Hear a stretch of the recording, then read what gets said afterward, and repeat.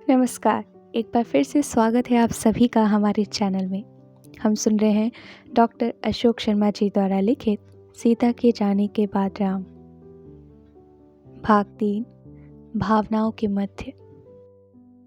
तुम मेरे पास नहीं आ सकती तो क्या, मैं तो तुम्हारे पास आ ही सकता हूँ, उन्होंने मन ही मन कहा। फिर तुम्हारा घना साया खो गया है और मैं तपती हुई इस धूप में फिर से अकेला ही खड़ा हूँ। राम को यहाँ खड़े हुए बहुत देर हो चुकी थी। लक्ष्मण राम को महल के लगभग सभी कक्षों में ढूंढने के बाद महल की छत पर आए। अंधेरे में खुले आसमान के नीचे बरसात में भीगते राम को देखकर वे अचंभित रह गए। सीता के जाने के बाद से राम के व्यवहार में कभी कभी जो विरक्ति झलक जाती थी वह उन्हें चिंतित तो करती थी, पर यह स्वाभाविक है और समय के साथ मन के घाव भर ही जाएंगे, यह विचार उन्हें आश्वस्त करता था। किंतु आज राम को इस तरह देखकर वे इतने विचलित हो गए कि कुछ भी कहना भूलकर उन्हें देखते हुए स्तब्ध खड़े रह गए। बार बार गरजते बादल और चमकती बिजली से राम की मुद्रा में कोई अंतर नहीं पड़ रहा था। लक्ष्मण कुछ देर तक यूं ही उन्हें देखते रहे, फिर पास जाकर उन्हें छूकर बोले, भैया। इस अचानक स्पर्श से राम चौंक गए, लक्ष्मण को देखा और फिर बोले, ओह लक्ष्मण, भैया आप बहुत भीग गए हैं, आइए नीचे चलें। लक्ष्मण के मन में बहुत कुछ चल रहा था, किंतु वह सब कहने के लिए उन्हें यह अवसर उचित नहीं लगा। दोनों नीचे आए। लक्ष्मण ने एक परिचारिका से मंगवाकर उन्हें वस्त्र दिए। राम बदन सुखाकर और वस्त्र बदल कर आए। स्वयं लक्ष्मण भी भीग गए थे, वे भी वस्त्र बदल कर आए। तब तक एक स्थान पर आग जला दी गई थी।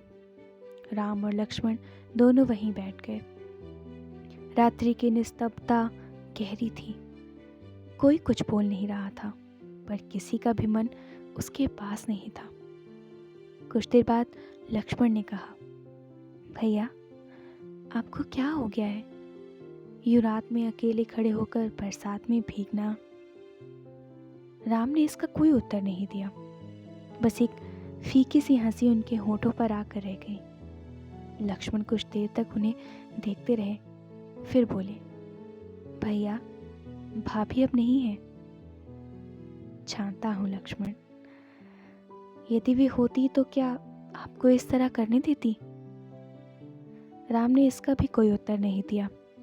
कुछ देर बाद लक्ष्मण ने फिर कहा, पर भैया भाभी हैं। इस पर राम हंस पड़े, बोले, हाँ लक्ष्मण वे हैं। बैठे हुए कुछ देर हो गई थी। लक्ष्मण ने राम की ओर देखते हुए कहा, भैया भाभी के इस तरह जाने की मन में बहुत अधिक पीड़ा है ना। राम ने फिर कोई उत्तर नहीं दिया, बस अपने नेत्र घुमाकर दूसरी ओर कर लिए।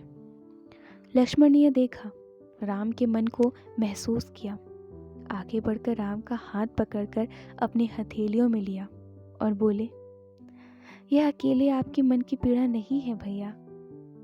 अब राम ने लक्ष्मण की ओर देखा और फिर बोले, मैं जानता हूँ लक्ष्मण। कहते हुए आंसू की एक बूंद उनकी पलकों के बीच फंस गई। लक्ष्मण यह देखकर अंदर तक हिल गए और राम के और निकट आ गए। भैया क्षमा करिएगा, मैंने अनचाही आपका मन दुखा दिया, उन्होंने कहा। नहीं लक्ष्मण, ऐसा कुछ भी नहीं है, कहते हुए राम ने मुस्कुराने का निष्फल प्रयास किया। शब्द जिसके पुरुषार्थ का वर्णन करने में असमर्थ हो, उसके नेत्रों में आंसू मेरा भ्रम तो नहीं है। सुख या दुख किसे नहीं व्यापते लक्ष्मण, और आंसू पी लेने की अपेक्षा कभी कभी आंसू गिरा लेना शायद व्यक्ति के लिए अच्छा होता है, किंतु किसी किसी को तो आंख में आंसू लाने की भी अनुमति नहीं होती। ये कितना त्रासद है भैया। कोई कोई व्यक्तित्व ही इतना विराट होता है कि सबको उसकी आंखों में बस मार्गदर्शन की ही अपेक्षा होती है। आंसुओं की नहीं। तुम इसे कैसे भी कह सकते हो, राम ने कहकर हंसने का प्रयास किया। फिर बोले, रात बहुत हो चुकी है, जाओ सो जाओ। यह कहकर राम उठे और अपने शयन कक्ष की ओर चल दिए। लक्ष्मण भी उठ पड़े। लक्ष्मण अपने शयन कक्ष में पहुंचे तो उर्मिला उनकी प्रतीक्षा कर रही थी। मौसम कितना खराब हो गया है, उर्मिला ने कहा। हाँ, आपने बहुत देर कर दी। भैया बहुत दुखी थे। लक्ष्मण ने उन्हें राम के बारे में बताया। उनका दुख स्वाभाविक है, किंतु इस प्रकार पानी में खड़े रहना, उर्मिला ने कहा। राम अपने शयन कक्ष में पहुंचे और कुछ देर तक सीता की स्मृतियों में खोए से बैठे रहे। फिर धीरे से बिस्तर पर लेट गए। थके हुए मन और शरीर को नींद ने धीरे से आकर अपने आगोश में ले लिया और कुछ देर में ही फिर एक स्वप्न उनकी आंखों में तैरने लगा। एक बड़े से राज्य में रहने वाला और बहुत ही वीर राजकुमार, जिसने अपने गुरुजनों से सुना था कि दूर घने जंगल और ऊंचे पहाड़ों के उस पार कहीं परियों की राजकुमारी रहती है। एक दिन उस परी से मिलने के लिए अपने महल से एक शानदार और तेज घोड़े पर बैठकर निकल पड़ा। राजकुमार जंगल से जा रहा था, तभी उसको किसी के कराहने की आवाज़ सुनाई पड़ी। राजकुमार रुककर चारों ओर देखने लगा। कराहने की आवाज़ फिर आई तो वह उसी दिशा में बढ़ा। पास पहुंचकर उसने देखा एक स्त्री तिरछी लेटी हुई कराह रही थी। उसकी पीठ में एक छुरा घुसा हुआ था। पीड़ा के कारण वह हिल भी नहीं पा रही थी। राजकुमार ने जंगल से ढूंढ कर कुछ जड़ी बूटियां एकत्रित की और उन्हें पीस कर उसके घाव पर लगाने के बाद बहुत ही सावधानी से उस छुरे को स्त्री की पीठ से निकाला। फिर कहीं से एक पत्ते में पानी भरकर लाया और उसे पिलाया। स्त्री की पीड़ा कुछ कम हुई तो राजकुमार उसे घोड़े की पीठ पर लाद कर उसके घर ले गया। कुछ लुटेरे ने उसकी पीठ में छुरा मारा था और उसके पति ने इसमें उसकी ही गलती बताते हुए उसकी परवाह नहीं की थी। राजकुमार का मन पीड़ा से भर उठा। तुम इतने क्रूर कैसे हो सकते हो? राजकुमार ने पति से कहा। फिर पति के भूल स्वीकार कर लेने और भविष्य में पत्नी का ध्यान रखने के आश्वासन के बाद वह आगे बढ़ गया और जंगल व पहाड़ों को पार करते हुए एक दिन परी तक जा पहुंचा। दोनों ने एक दूसरे को देखा, बातें की, साथ साथ बैठे और एक दूसरे पर मुग्ध हो गए। राजकुमार जब वापस होने लगा तो उसने परी से भी अपने साथ चलने को कहा। परी तैयार हो गई। तुम अपने घोड़े पर चलो, मैं उड़ते हुए चलूंगी। परी ने कहा।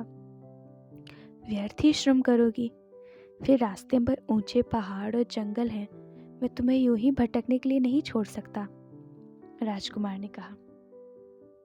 फिर मेरा घोड़ा बहुत ताकतवर और तेज है, इसी पर बैठ जाओ, हम साथ ही चलेंगे। परी घोड़े पर बैठ गई। जब वे पहाड़ पार कर रहे थे तभी बहुत जोर की काली आंधी आई। घोर अंधेरा छा गया। वे एक चट्टान की आड़ में खड़े हो गए। परी ने ऐसी भयानक आंधी कभी नहीं देखी थी। वह बहुत डरी हुई थी।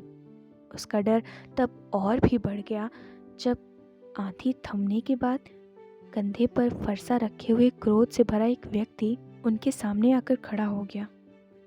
परी भयभीत सी राजकुमार की आड़ में हो गई। वह व्यक्ति अपने रक्तिम नेत्रों से राजकुमार को ऐसे घूरने लगा जैसे अपने क्रोध की अग्नि से राजकुमार को जला ही देगा।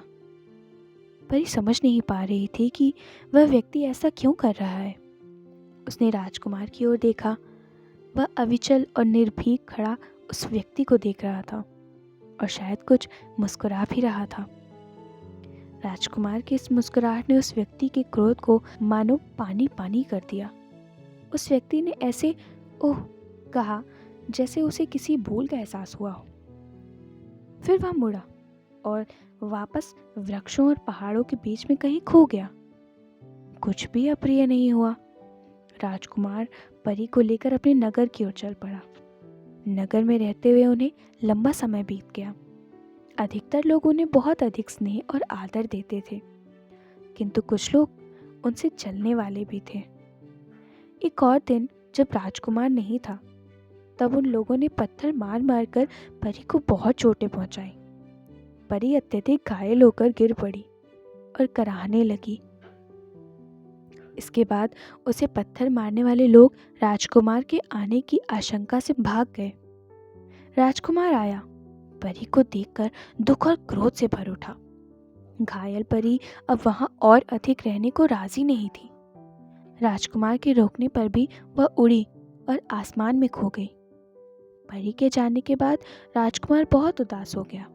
घोड़े पर बैठा और नगर से बाहर जाकर उसने घोड़ा, मुकुट, कीमती वस्त्र, आभूषण आदि भी छोड़ दिए और नंगे पैरी जंगल की ओर चल पड़ा। रास्ते पर एक नदी आई। राजकुमार उसे पार करने के लिए उस पर बने पुल पर चढ़ा। वह लगभग बीच रास्ते में ही था कि पुल टूट गया और राजकुमार नदी में गिर पड़ा। स्वप्न टूट गया और राम चौंक उठे। क्या यह किसी भविष्य का संकेत है? उनके मन में आया। पहले अधर तिरछे कर वे थोड़ा सा मुस्कुराए, फिर पता नहीं क्या सोचकर हंस पड़े।